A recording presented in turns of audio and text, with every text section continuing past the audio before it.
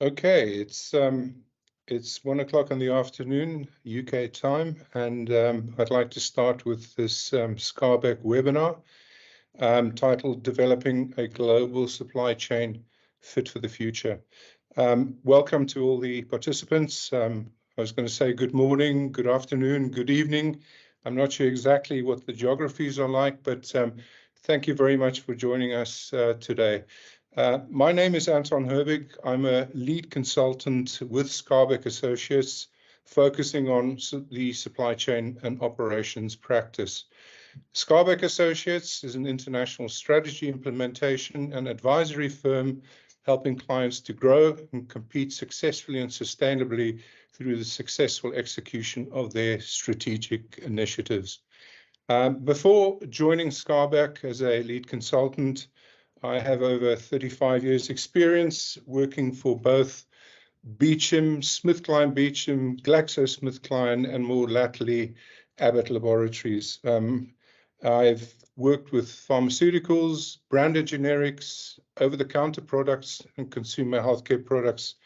Initially in a factory role, getting my hands dirty, and then more latterly, global operations role, leadership, driving and directing large, complex supply chains, end-to-end focus across both developing and developed markets. In conceiving this idea, Paul Huff and myself, and Paul Huff is the CEO of Skarbek, we're just reflecting a little bit on the tectonic changes that have taken place in supply chains over the last 3 or 4 years, driven mainly by COVID. But we've seen a lot of exponential changes, not just in our core area of life sciences, but across all industries. And there are a lot of learnings there for us in terms of what other industries have done, and necessity being the mother of invention. Some of the key areas of change and innovation across these industries and supply chains that we've observed are the whole concept of implementing what's known as supply chain 4.0 and the best practices associated with that. And we're also starting to hear now about 5.0, but more on that in a little while. Digitalization of supply chains, advanced analytics, artificial intelligence, automation, and now the whole thing about customer centricity and human rights is also starting to come through. Sustainability in the environment, or the ESG agenda, is also become very prominent, as is what's known as the circular economy and the changing role and focus of procurement organizations in companies. Not forgetting about human capital, the changing face of the skill sets that are needed, the attraction, the development and retention of this human capital.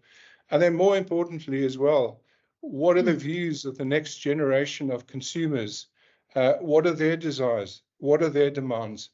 And I believe we've assembled a very accomplished and talented team of panelists to address some of the questions associated with these key areas of change and innovation.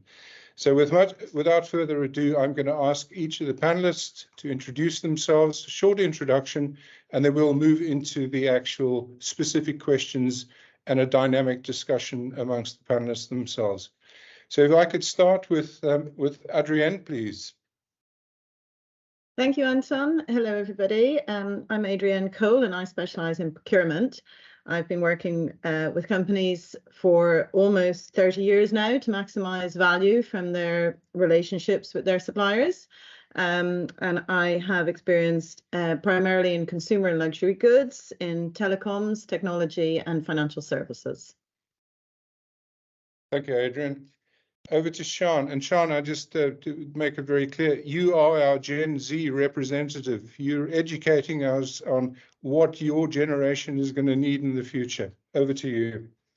I'm proud to be it. Thank you very much, Anton, and thank you to Skarbek for having me along today. So my name's Jain Larsen. I work for the UK Post Office, which is the largest retail network in Europe. I specialise in sort of customer reward, customer loyalty strategy, but I'm a self-proclaimed customer experience evangelist. And I guess a main part of that is how we attract the next generation of customers, which really is about engaging Gen Z. So hopefully I'll have some relevance today.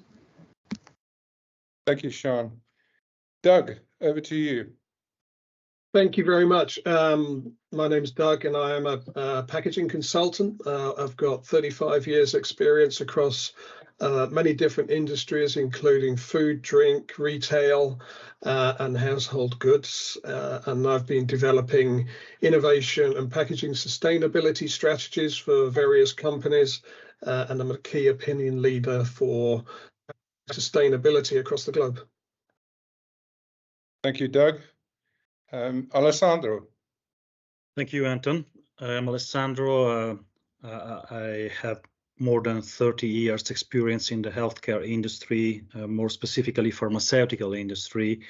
In the last decade, I held the role of head of global supply chain, and my responsibility encompassed global planning, global logistics, supply chain design, and new product introduction as the most relevant one. So happy to be here. Thank you, Anton and Skarbek, for having me here, and I hope that we will share some very interesting considerations today. Good. Very welcome, Alessandro. And then last but not least, Prateek. Thank you, Anton, and greetings, everyone. I'm Prateek Jain, a principal consultant at Evolve With Us Now. So that's four words, Evolve With Us Now. I've worked with GSK and Unilever for over 25 years, and I specialize in driving bottom line results through supply chain and procurement initiatives. Excitingly, my book, Supply Chain 5.0, the next generation of business success, has just been published. We'll be diving into some of its key insights today. So great to be here and with all of you on this webinar. Thank you, Anton. Thank you, Prateek. I must say that I showed your new book to Paul Huff last week, and he immediately ordered 8 copies. So I'm not sure exactly where they're going to go, but there's a good surge of demand coming from this side. Anyway, Prateek, let's start with you, the first question, and you referenced it, this book that you've co-authored titled Supply Chain 5.0. I have it on good authority that a number of companies are still actually struggling to implement and introduce 4.0. In fact, I think the statistic from the recent CPHI conference was that probably only about 40% would claim to implementing 4.0. So talk to us a little bit about 5.0 versus 4.0. What are the key elements, and how will supply chains evolve with changing consumer expectations? Yeah, sure. So in Supply Chain 5.0, we transcend the advancements of Supply Chain 4.0. So that's the base. The emphasis is not just on the technological integrations like the blockchain, the AI, but it's about following a holistic approach. So basically, there are 3 elements in Supply Chain 5.0 that differentiate it from 4.0. Number 1 is customer centricity, where we focus on understanding and meeting the evolving expectations of the consumers. It involves tailoring strategies to deliver personalized experiences, catering to the unique needs and preferences of individual consumers. Yeah. So the second element in here is sustainability and human rights. Now, while Supply Chain 4.0 laid the foundation, Supply Chain 5.0 takes a giant leap towards sustainability. It integrates eco-friendly practices, responsible sourcing, circularity in the core of supply chain operations. And the human rights element, talks about the fair labor practices, ethical sourcing, and on top of everything, a heightened focus on the well-being of the workforce, which in turn deeply aligns with the changing consumer values. And therefore, that brings us to the third element, which is really about the advanced digitalization, which takes the technology, we talked about AI, blockchain, digital twins, etc., to support and help with better understanding of the consumer needs. It brings that transparency and efficiency into the processes that address resilience and agility. So these are the things that make supply chain more adaptive in the face of these challenges. Now, for instance, Supply Chain 5.0 explores how data-driven insights into consumer preferences not only inform sustainable sourcing decisions, but also guide automation for optimizing the production processes. So as you can see, so these three elements interact synergistically with each other. So as the consumer expectations evolve, Supply Chain 5.0 anticipates and adapts. It creates an agile, responsive, socially responsible supply chain that resonates with the demands of the conscious consumers that we are seeing today. Hope this answers. Great. Thank you very much for that, Prateek. Just one thing I omitted to mention right at the outset. There is a Q&A tab on this Teams call. So if anybody has any specific questions for any of the participants, please use that tab to post your question and we will address those towards the end of the webinar. Sian, as you're representing Gen Z, what are the customer expectations in the future that need to be incorporated into the supply chain strategy and design? Over to you. I think Prateek's just raised a really interesting point there, all around sort of customer centricity and how that can be powered by personalization. And one thing I will say about Gen Z is they've grown up in a world that's full of personalization, and the things that they interact with on a daily basis that sort of they give their data permissions to, they're very sort of risk happy. They've got a big risk appetite when it comes to sharing data because they know that off the back of it is coming a positive customer experience. Thank you for those lights at that exact moment. So, you know, big apps that Gen Z are engaging with, such as TikTok, which serves them personalized content every 15 seconds, Amazon Prime, which suggests them their next best items and can even suggest them existing items before they've run out on a cadence, and Netflix, which suggests sort of next best content. It's constantly personalized. So I think that's a really, really good point. I think other key features for Gen Z sort of revolve around three key points. The first is sustainability, which I know we're going to come into a little bit later, so I won't talk too much on it. The second is all about immediacy.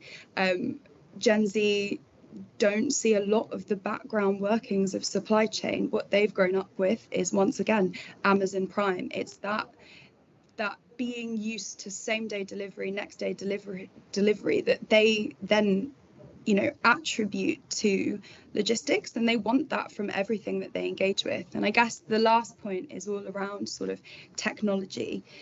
Gen Z are exceptionally digitally savvy. They've grown up with smartphones.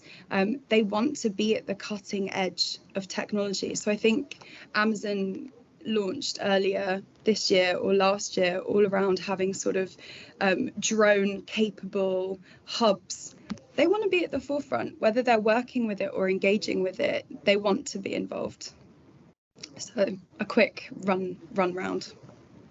A frightening one for an old dinosaur like me, but there you go. Thank you very much for that input. Which takes me on to another dinosaur, Alessandro. Building on the supply chain design, how does effective supply chain design influence performance, resilience, and sustainability? You know, Anton, I was expecting this reference to our dinosaurs brotherhood, but okay. So, well, I strongly believe that effective supply chain and network design plays a crucial role in influencing and driving performance, resilience, and sustainability. And this happens in various ways. I believe that we can always improve, optimize, and change every supply systems and network and elements of the overall operating model of the company. But at the end of the day, at least in my experience, your supply chain will always perform and behave and respond the way you have designed it. So that's something like a course, if you will, but design is really crucial in my view, and this actually impact the organization ability to adapt to disruptions, maintain consistent service levels, and even operate in an environmentally and socially responsible manner. This happens, as I said, in different and various ways. For instance, effective diversification of your supplier base. So this is actually one of the first design element, which should be taken into account. Diversification is not just alternate suppliers, but also different collaborative models that you can apply to your supply side to ensure that you foster collaboration. And this does not include only suppliers, but maybe even your distribution partners, your manufacturing plants. And these actually really impact the way your supply chain perform and respond to events. Another element is the strategic placement of inventory. I think this is a pretty traditional one for us, for the dinosaurs. But I think it's very important because inventory at the end of the day is your insurance policy to buffer against supply chain disruptions, demand surge, and so on.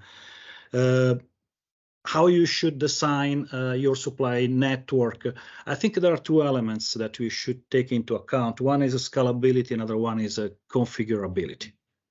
You never know how the business model of your company will change, if there will be new merger and acquisition, or even divestitures, or even new partnership models. So your supply chain design should take into account a certain degree of flexibility and adaptability through modularization and configuration. So this is actually crucial to ensure that your supply chain evolve, adapt, and change at the same pace your business and your market change. We mentioned environmentally friendly practice like optimizing transportation routes or your carbon emission, minimizing waste, and even adopting ethical, socially responsible practice. I think Prateek actually also referenced to this. And finally, you should take into account in your design exercise technology.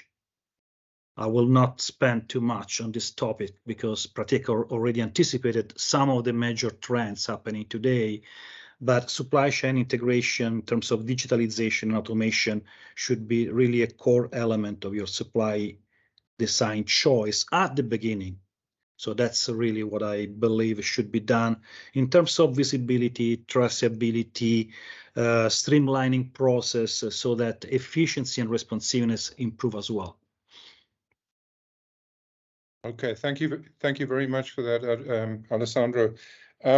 There's this terminology that's coming up about circular economy, and I think it's something that I will address to both Doug and to Adrienne. But let's start with Doug.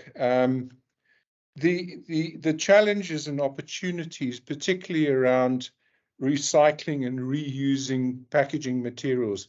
We heard from Sian, this need for immediacy and things arriving when they want them. And typically, my observations from a personal perspective is there's always a big box that's around a single lipstick, and somebody has to deal with that big box. And there's all kinds of good plans around that.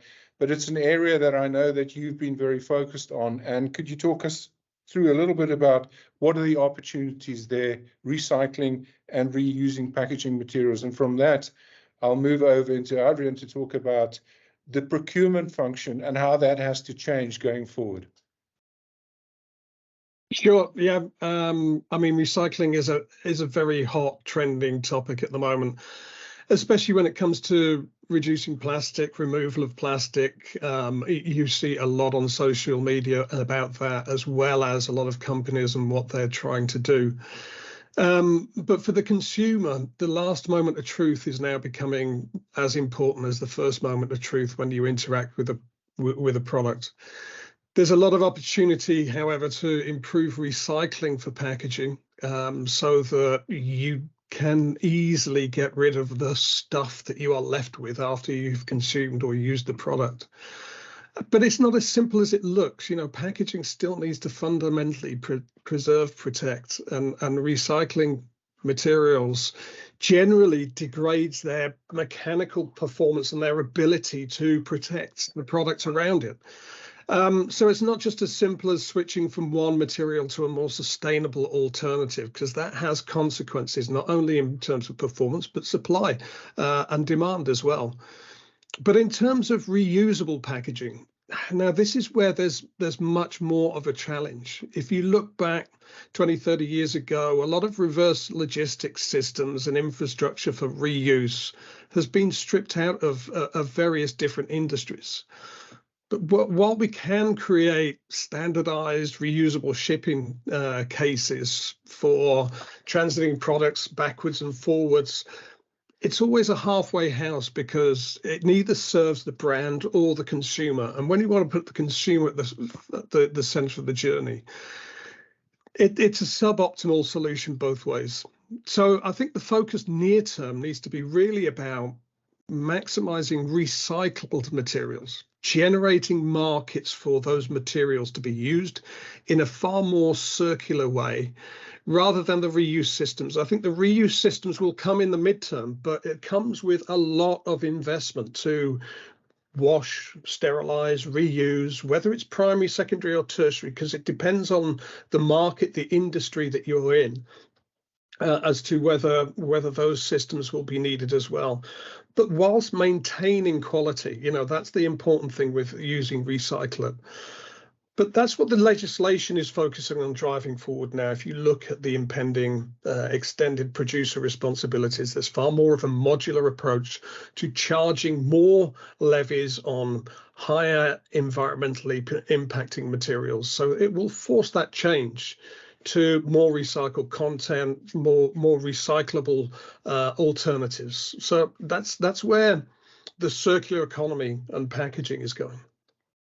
Okay, Doug, I'm just putting this one in, but is there a particular industry that, from your perspective, you would admire at this stage of taking the lead in the forefront in this quest? Well, I think it depends on the part of the world that you're in terms of reuse. But the brewing industry in Latin America, Africa, India, those areas, 90% of what they produce is in reusable packaging. Whether it's the bottles, whether it's the crates, they really have got a great advanced infrastructure that is in place. Now, it's not novel. It used to be around and in general reuse right across the world back in the 1970s, 1980s, but it's got stripped out. So the brewing industry is one. Food retail as well, to a certain extent, with crates for food produce, and again reusing that. But when they start to expand it into putting all products into those crates, that's when the system falls down, and you get the same problems that you see with Amazon with regards to a lot of fresh air and not much product fitting into the crates so that they don't get damaged. Okay, thanks for that, Doug. Adrienne, building on the circular economy there and the role of the procurement function, and as you and I have discussed, you know, again, we come from a background of where procurement was really focused on cost reduction. That's what you had to do as a procurement expert, but that's all changed now. So, you know, what are the strategic imperatives for the Chief Procurement Officer, the key challenges for the organization in the future against this background of 5.0? Yes, thank you, Anton. I think the days of procurement focusing on lowest cost are long behind us. It has been important for procurement to deliver value to organizations for some time, and that becomes increasingly so. So what are the strategic imperatives for procurement? Well, they match those of the organization, and that is, as with any function, the primary objective of procurement is to deliver the organization's strategy. And we've heard many of those imperatives already today. The biggest shift I see for procurement is in the area of sustainability and sustainability action. So Sian has talked to us before about the say-do gap with consumers, and procurement have suffered from that very much on sustainability. There's been, for the past 3-4 years, a lot of talking about the importance of procurement acting in sustainability, and not a great deal of concrete, tangible action. So the whole period of thinking it's important is past now, and procurement organizations need to be working very choicefully with their key suppliers, their key external partners, on delivering action in the area of sustainability. And that is a hard thing to do. It's a hard thing to narrow down a supply base of tens of thousands, in many cases, suppliers, and identify those with whom you can make real progress on sustainability. So that's really number one, moving from thinking and talking to acting and delivering on sustainability via the supply chain. And then that comes in the context of continued risk awareness. So post-COVID, and with all of the geopolitical instability we see at the moment, risk remains paramount for procurement organizations this year also, particularly around supply chain resilience. So we see a lot of insourcing and near sourcing. There's a great sensitivity to freight spend in supply chains at the moment. And also in the field of ESG, so ethical supply chains, ethical sourcing, and supplier screening. So in a past life in telecoms, you're dealing with conflict minerals, for example, and you also have in a low cost service spends, cleaning, security, etc., very close to home and locally, the need to make sure that you are dealing with ethical companies who properly reimburse and vet their people. And then all of this is built on a platform of digitization. So digitization, AI, etc., is an enormous opportunity for procurement. It's a really exciting time for procurement to relook at what it can deliver from that. It's very challenging as well. So you have a lot of specific app-centered digital resources, and then you have end-to-end, more staid end-to-end solutions, which have their merit as well. So it's really hard in the procurement space to make a one-size-fits-all map for that, but it's crucial for procurement organizations. And on top of that, procurement does need to continue to deliver maximum revenue profile for the organization. So that does include the basic cost stuff, but also just buying intelligently and returning good value.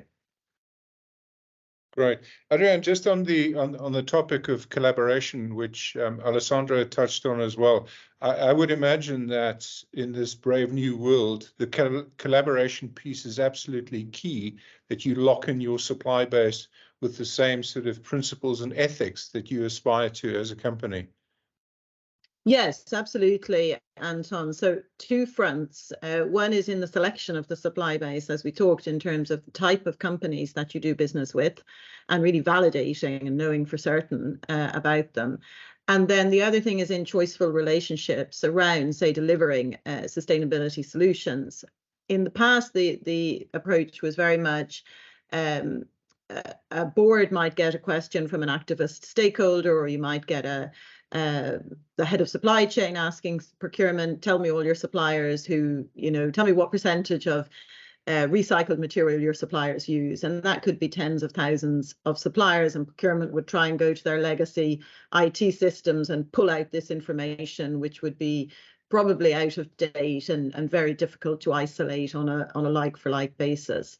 Whereas now, I think in order to deliver results around sustainability and indeed risk, procurement has to really take a more tailored and choiceful approach. You need to think about your risk differently. Your risk is not founded always on your biggest spend, which is what we thought in the past. And your supply chain solutions for sustainability are not always going to come from your biggest spend suppliers. So you have to go down to the next level of understanding of your supplier's business in order to make those choices about who to work with and what to deliver. Great answer. Thank you, Adrienne. Sian, I just want to come back to you. I'm trying to reconcile immediacy with sustainability. Would you say that sustainability is the biggest factor impacting Gen Z's buying patterns? Are there other factors? How would you grade that against I want it now?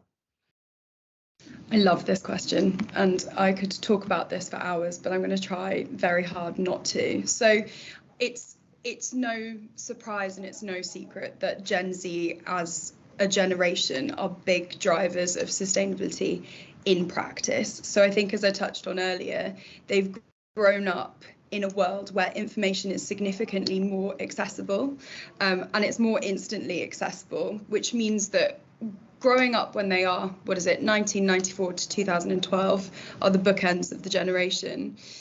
Climate change, pollution, plastic waste, they're so inherently and acutely aware of the impact that humans are having on the environment. So what we see in the loyalty industry, and I think it's valid in this case, is that they align themselves with brands that they perceive to share their beliefs and views. So brands who put sustainability at the top, who are looking out for the environment, they'll report that that's where their sort of purchase behavior influence lies. And I think the stat is something around 75% of Gen Z have said that sustainability is the most important consideration when they come to making any purchase decision, and they'll even pay more money for sustainable products. This room has forgotten I'm in here. However, I think Adrienne alluded to it earlier, which is the say-do gap. We talk about it a lot in loyalty. It's not just Gen Z, it's all generations, but Gen Z seem to be exceptionally sort of predisposed towards it. And it's as simple as, when surveyed or when asked, customers will say one thing, and usually it's that sustainability comes number one in their list of requirements, or in their order of importance for requirements. But when it comes down to making the actual decision, they'll do something else. Say-do gap. So I think the immediacy effect is really interesting. And I was talking about this with someone this morning. Amazon Prime obviously gives you a choice when you check out, and you can either consolidate your delivery, which means you'll get all of your items in one box. It will probably take up a bigger volume of the box. It will be a more appropriately sized package for your items, compared to your big box for a lipstick earlier, Anton. But it means that that package will come a bit later. Or you can click the button that says, use my Prime. I want it as soon as possible. I don't care how many boxes it comes in. And I think what we find is, while Gen Z will say that they'll opt for consolidated delivery and they'll recycle all of that packaging, really what will happen is they want their items as soon as they've ordered them, and that packaging will sit on their bedroom or kitchen floor for however long. So I think sustainability is a really interesting one, because from a reporting perspective and from a customer insight and experience perspective, it always ranks number one. But when it comes to actual customer behavior, things like price, discounts, convenience actually tend to come out on top. Very good, very interesting. Prateek, we had a little bit of a discussion earlier about, the dinosaurs focus on cost reduction, right? Which, we can't get away from. The business's focus on revenue balanced with customer expectations. But from your perspective, how can a business balance that cost efficiency with sustainability goals in their supply chain strategy, design, and operations? Well, it's a great question, I must say, because balancing cost efficiency and sustainability is quite critical as we move into the future. In fact, companies like Unilever have taken some giant steps towards that, and many of the companies might not even survive if they are not focusing on sustainability, especially with the evolving regulations like the CSRD, the EU supply chain, etc. So going back to Unilever's example, who have adopted a sustainable living plan, which aims to reduce their environmental footprint while their business grows is a fantastic example. Now, obviously, this involves optimizing supply chains to minimize waste and emissions. In my book, Supply Chain 5.0, I emphasize the synergistic intersection of the two elements of sustainability and human rights and advanced digitalization, because this helps with two things: A, risk mitigation, and B, cost efficiencies. Now, the way to doing this involves actually those three steps. I'm just going to be talking about those. The first one is the data-driven optimization, where we use data analytics, real-time information to optimize sourcing, make inventory management decisions, and even consumer pricing. To what level you should set the price on a particular day. Now, this approach reduces operational costs, as it very well covers aspects like transportation, inventory, labor cost, wherever those investment decisions are needed. The second thing is, and both Alessandro and Adrienne talked about this, is really about the collaboration with the suppliers and the partners, which actually fosters the sharing of information and best practices, which means you leverage the strength of different players in the ecosystem to arrive at the most optimal solution. And the third, which possibly is one of the most important ones in these three steps, is the circular economy innovations, because this involves customizing and innovating products and services based on the circular economy principles. This is to really meet the customer expectations by incorporating things like the renewable energy, reusable or recycled materials, etc. But the point is, the customer-centric approach not only ensures compliance with the environmental and the social standards, but it also reduces the cost, just because the products and processes have been designed with sustainability in mind. Let me give you an example. Patagonia, a company renowned for its environmental activism, has one year program that encourages repair, reuse, and recycling of products. It offers a trade-in service as well. They source their material from a lot of organic, renewable sources and track their environmental and social impact through their footprint chronicles website.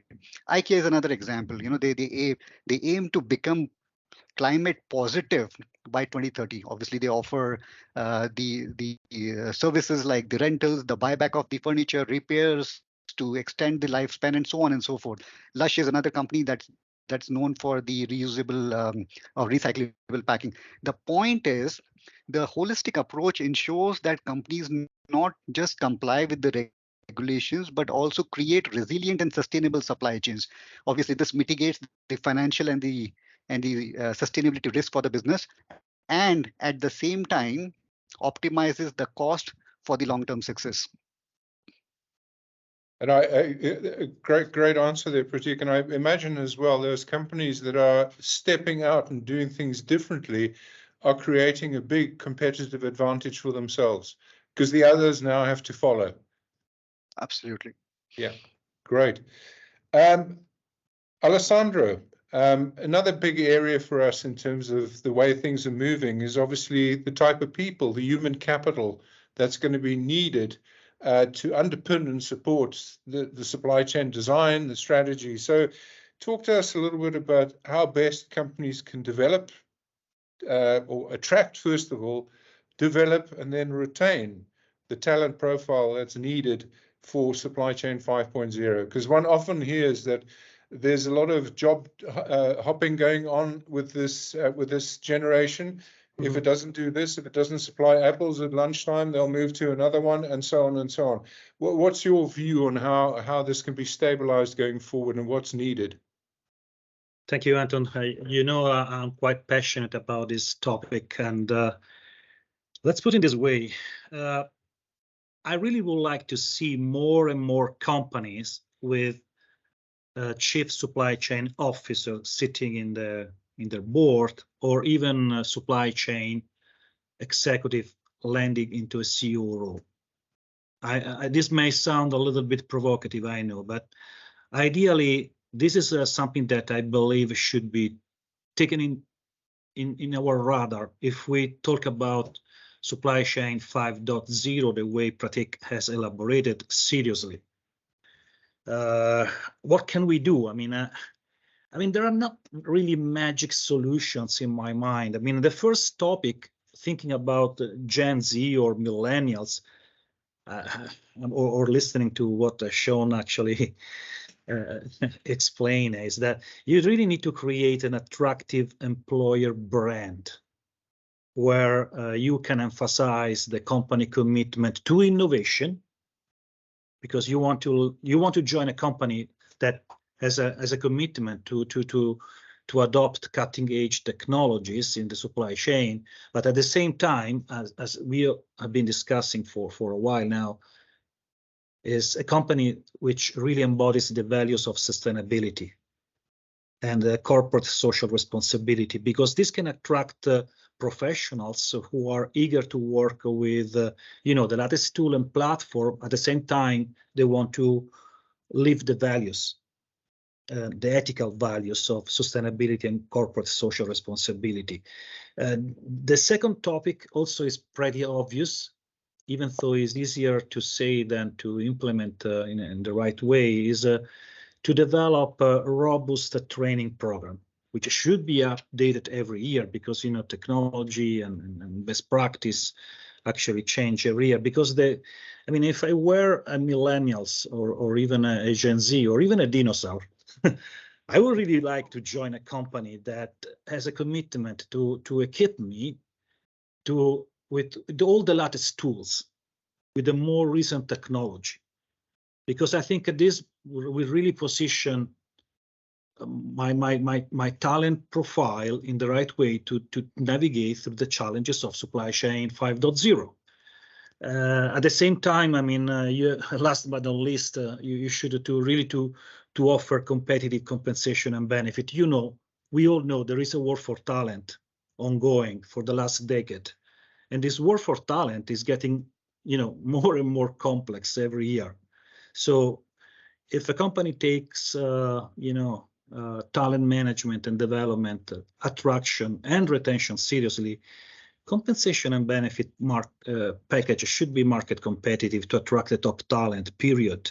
And this is particularly relevant for positions that involve data science, data analytics, and digital technologies, to name just a few.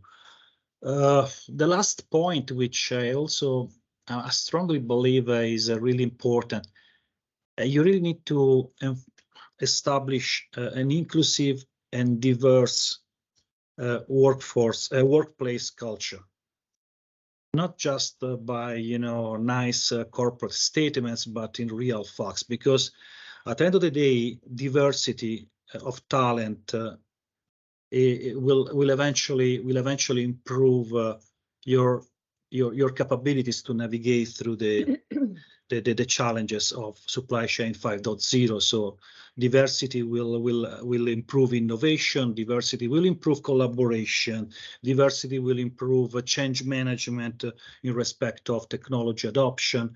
And I think that this is something that should be also part of the agenda. Great, Alessandro. I look forward to the day that us dinosaurs can be re-employed again. Be good. I don't. All right.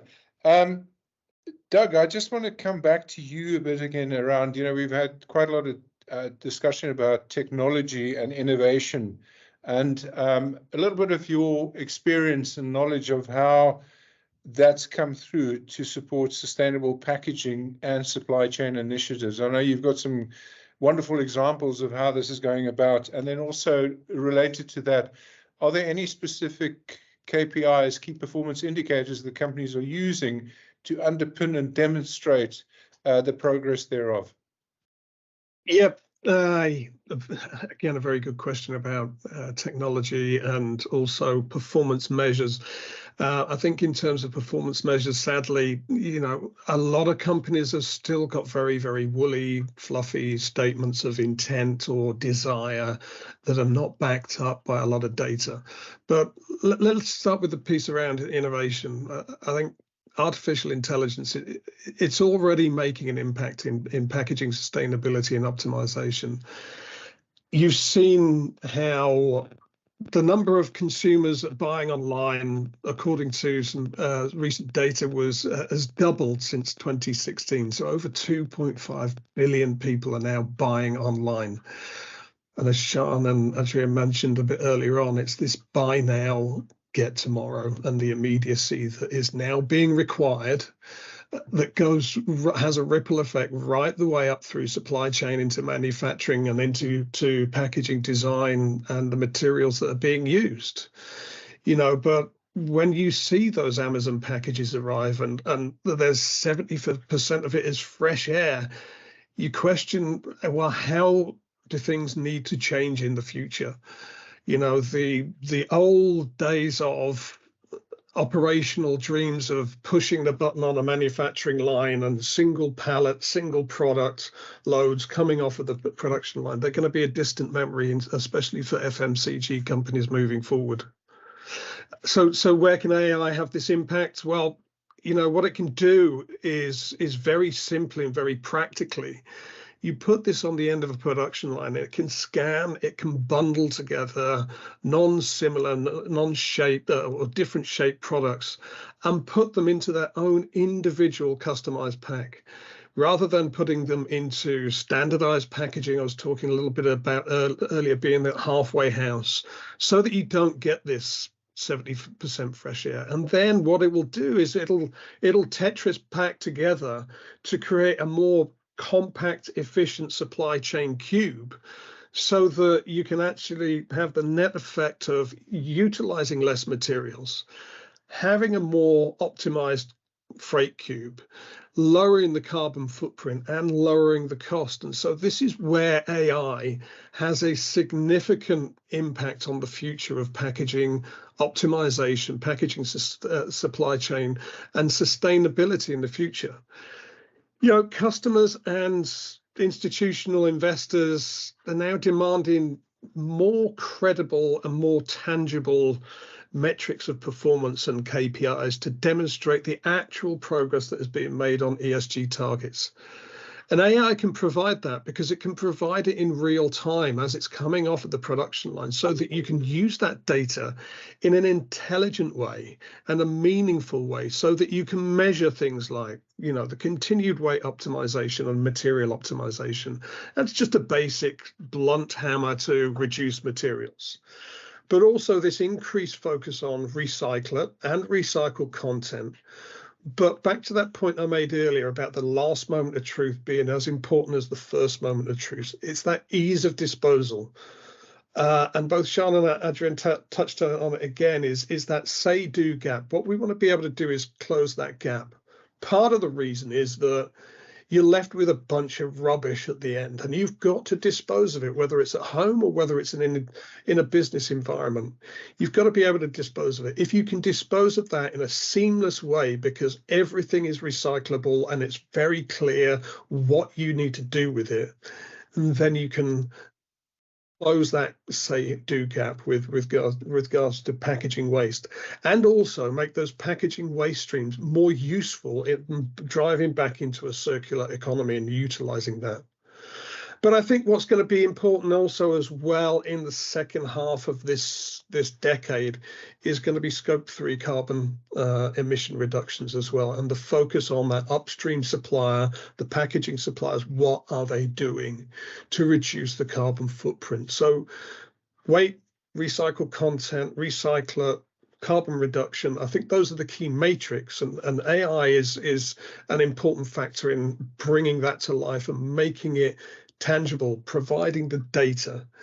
Because at the end of the day, if you're not going to do that, and brands aren't going to do it, consumers aren't going to align to it. And also as well, a lot of retailers you will see now, they won't list a product unless it's completely recyclable packaging. So it's going to be very important, not only from a consumer perspective, but also the retail customer perspective, to get those products on shelf or to sell them online. And those are the two main ways in which people are buying now. Great, thanks very much for that, Doug. We've come to the close to the end of my list of questions before we open it up for online questions, but in true style, the voice of the customer. So I'm going to go back to Sian as a representative of the new era of customers, Gen Z, and say to you, Sian, from what you've heard today, what you're experiencing, what do you believe are the major areas of focus and improvement needed for supply chain going forward? So I think from everything that we've discussed today and what we know about Gen Z as a generation, I think what's really clear from both engaging as a customer, but also from getting Generation Z through the doors as the next generation of workers, they're really focused on three key areas. The first is sort of immediacy. The second is transparency, especially when it comes to things like sustainability, like human rights. And the third really comes down to innovation and being on the cusp of innovation, and especially around technology. And I think to add to that, it's clear from this sort of fabulous panel of people that there's so much exciting stuff going on in the industry that sits behind that end customer view. And actually, to get Gen Z really engaging with supply chain and to get them in as the next generation of workers, there really needs to be that awareness piece around what's going on and how they can get involved. Thank you. Great, thanks, Sian. And that actually leads very nicely into the rest of the panelists, because you've actually highlighted there what are your three top takeaways going forward. So moving around, I will pose the same question then to Adrienne and say, you know, from the discussion today, your professional experience, what would be the three top takeaways with regards to the procurement function? Yeah, interesting question, Anton. So I would say to win in procurement, teams need to act, not talk, on sustainability. We need to be sensitive to geopolitical and ethical risk. We need to be fully digital, and we need to do that in the context of a robust sourcing strategy, which reflects the strategic interests of the organization we serve. Great, thank you. Prateek, I'm going around what I can see on my screen, so you're next. All right. So the key takeaway for me is, and I mentioned about those three elements of customer centricity, sustainability and human rights, and advanced digitalization. And again, a harmonious blend and integration is required for the businesses. But hearing everybody, I think that the key steps to follow would be first to internally set a vision on sustainability and human rights. So it's really about what do you stand for, what are your values, and so on and so forth. That has to be the first step. The second one is really about focusing on the evolving consumer needs, because that's so very intrinsically important. You don't focus there, you're not going to be existing. And then the third stage is really about bringing in the digitalization to enabling the first two. And that integration actually builds the supply chain, which is much more resilient, aligns with the evolving consumer expectations, and drives innovations, which obviously will be spelling the long-term success as well. Thank you, Prateek. Alessandro. Yeah, thank you, Anton. I think I will be pretty concise here. I mean, if you really want a supply chain model which is performing, resilient, sustainable, and so on, you need to design for it. So that's really probably a kind of repeating mantra which I'm doing, and you need to consider all the attributes that you consider important, like risk mitigation, flexibility, sustainability, profitability, customer centricity, and so on. And if you really want to make something which will continue to evolve, the customer demand changes with the market forces changes, and with the new wave of the next supply chain model, like supply chain 670 and so on, you need to make it configurable and modular, because we don't know what will happen the next decade. geopolitics or other events will probably impact again, but we know that we need to change, and configurability and modularization will be key for this. There is a prerequisite, pretty old style probably, but I think in order to have a nice supply chain strategy, you need to ensure that this is aligned with business strategy.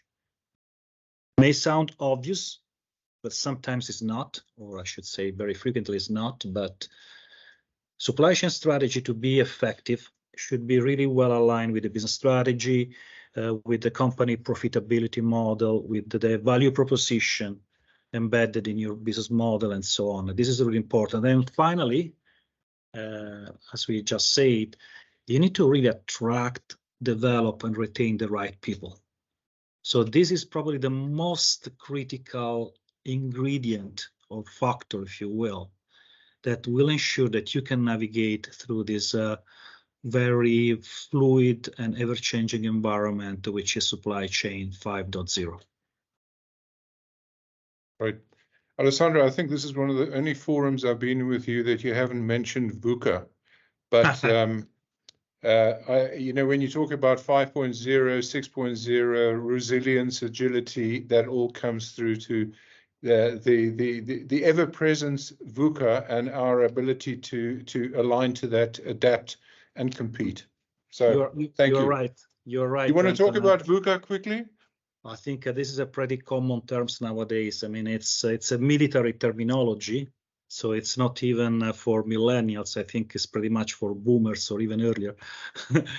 But it's volatility, uncertainty, complexity, and ambiguity. Those four elements which were true in military environment and in a war environment actually are pretty applicable also to business environments. So yes, we are in a VUCA environment. So volatility, uncertainty, ambiguity, and complexity. The latest is probably the most relevant, complexity. And you and I discussed several times about the difference between complication and complexity. And this is probably a kind of element which will continue to impact our supply chain decision and choices in the future.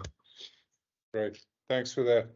Doug, last but not least, your 3 key takeaways, or 2 key takeaways, whatever you want.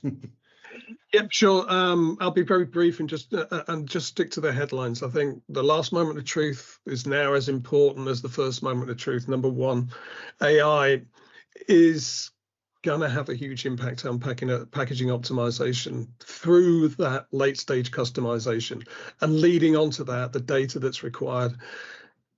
Customers, investors are demanding more quantifiable matrix to demonstrate the ESG progress. You know, we're coming up to a mid-decade pit stop on 2030 ESG commitments for a lot of organizations.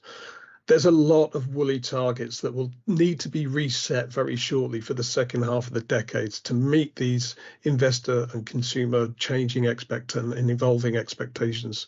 So now is the time to act on those commitments to ensure that they can be measured and met. That's the key thing. Great. Thanks very much, Doug. We are slowly but surely running out of time, and we have a number of questions on the site here. So I'm just going to go through a few of them. The first one comes from a Natalie Coleman. She says, if a company is of modest size and lacks sufficient financial resource to invest in cutting-edge technology for digital transformation, such as my current workplace that relies solely on outdated SAP with limited reporting capabilities, how can we enhance and optimize our supply chain processes and be fit for the future? So there's somewhere between Prateek and with Alessandro. I think this is probably a relevant topic. You can choose who wants to go first. I think, yes, I am sympathetic with your question, of course. But I think you can look at this question from 2 angles. Yes, companies sometimes are not sensitive to those themes and are reluctant to invest. By the other hand, supply chain leaders need to develop a capability to financially justify the investment and speak the same language of your CFO. So I think the right balance, the right solution is in a balance between these two elements. Companies need to become more sensitive. If you don't really embrace the new technology, sooner or later you will land into the dinosaur house. But supply chain leaders need to speak the CFO language and learn how to present and motivate their choices. Prateek. Yeah, thank you. And I completely agree with you, Alessandro, but let me put a contrarian view on this. Now, to me, supply chains are always about 40, 40, 20. And obviously, we can discuss as to why it is 40 and not 30, but 40, 40, and 20, which is about processes, people, and systems. So system is about 20%. So these are the enabling factors, but the prime consideration is still about those 40 and 40, which is about the processes and the people. Now, as long as we have that customer centricity based approach, yeah, as long as we are conscious of the values, we talked about sustainability and human rights, etc. The third stage is about digitalization. So over a period of time, yes, I absolutely agree that we need to have some investments over a period of time, but that's not the starting point. That's the third stage. The first stage is about that mindset shift. So as long as we are able to still utilize those age-old SAPs or whatever we have, the BPICs, I hear of some of the companies using those as well. It's fine as long as I said, the customer centricity and your values, the true values of the business are brought to the forefront. That's the solution for the immediate future. Obviously, over a period of time, things will become much more cost effective. It will be much more democratized in terms of the usage, and obviously things will change over a period of time. Thank you, Prateek, and thank you, Alessandro. Another question. We've had quite a few, which is great. There's a specific question for Adrienne.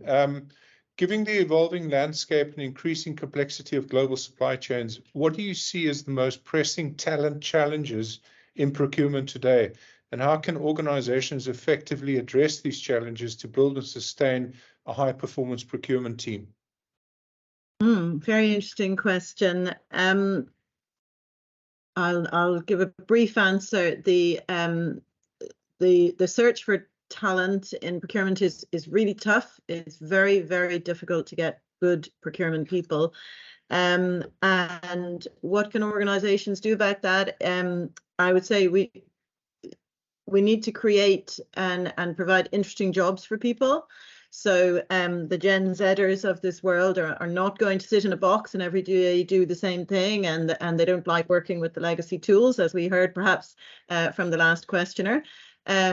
So we really need to think broadly about the roles that are provided in procurement and be playing to the values of the organization and of the people in the talent pool who are part of that community with certain values and expectations. And so that's around providing good tools, thinking about our function more broadly, and thinking about the people more broadly that we would like to have in procurement. So, modern procurement organizations, they need data scientists. We need a data scientist who sits in procurement, not somebody who sits in finance and knows how to mine data or visualize data for a financial report, but also for a supply chain and for a supplier relationship. So we should be thinking about data scientists, be looking more broadly into the community for different types of people from different types of communities. Procurement is quite well gender balanced, but with regards to ethnicity and different styles of work and thinking, we need to be much more diverse.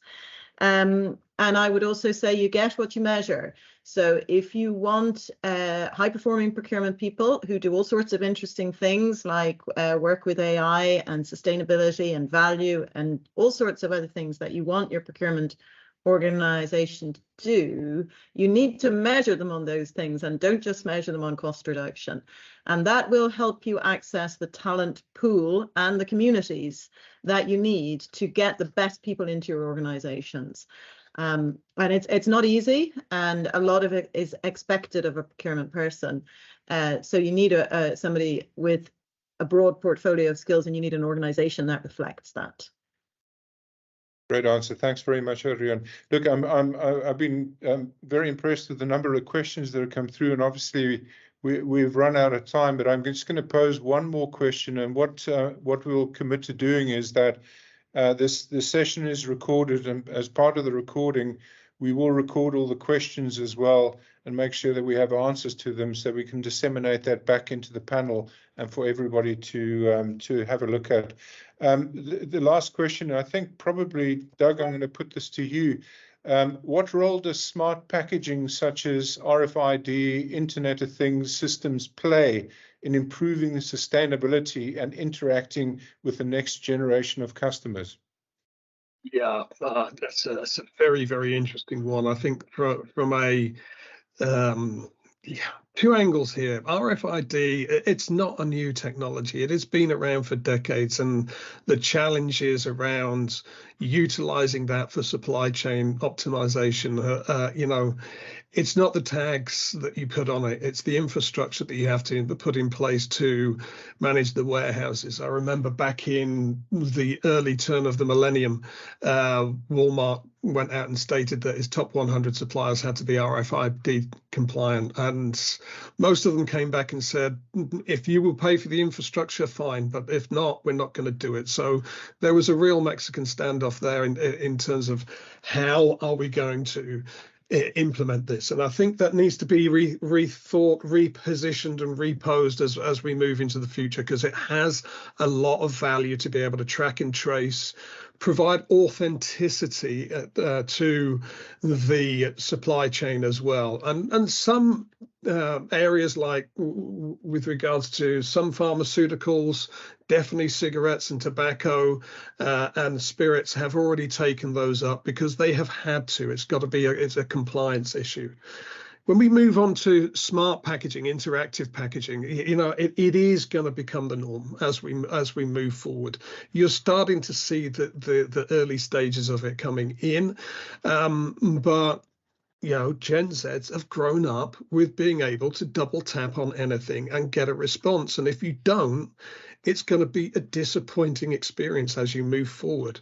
You want to be able to have that additional content, that tailored content.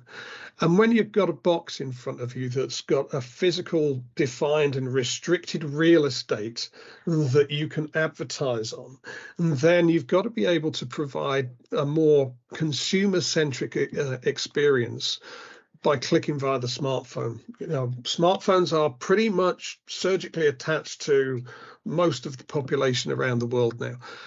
And, you know, 50-75% of traffic now goes via internet traffic, goes via a smartphone.